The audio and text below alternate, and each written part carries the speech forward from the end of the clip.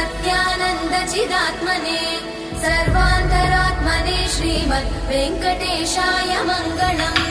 स्वतः सर्वविदे सर्वशक्तये सर्वशेषिणे सुलभाय सुशीलाय वेङ्कटेशाय मङ्गलम्।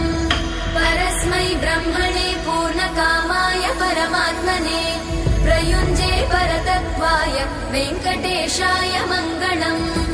आकालतत्त्वमशान्तमात्मनामनुपश्यताम् अतृप्त्यमृतरूपाय वेङ्कटेशाय मङ्गलम्। प्रायस्वचरणौ पुंसां शरण्यत्वेन पाणिना कृपया दिशते श्रीमद् वेङ्कटे